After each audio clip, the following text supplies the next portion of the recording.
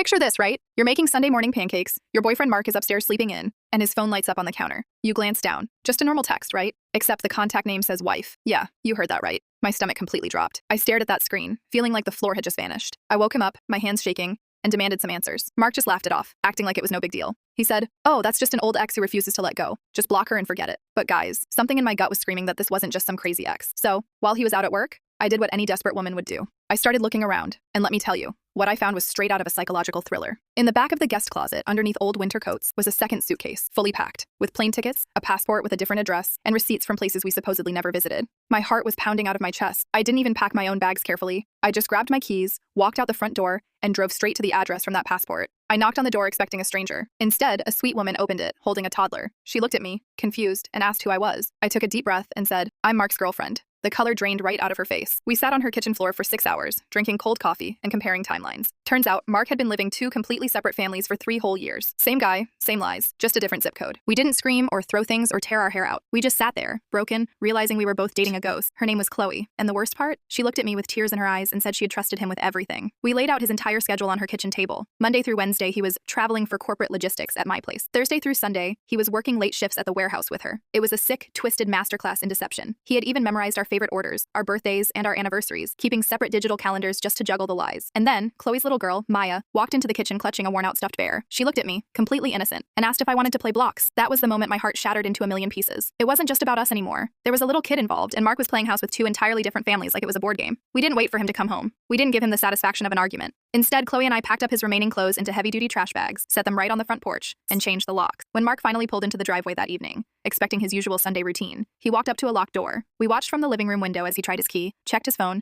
and realized his entire double life had just blown up in his face. We didn't open the door. We just sent him one final text message together.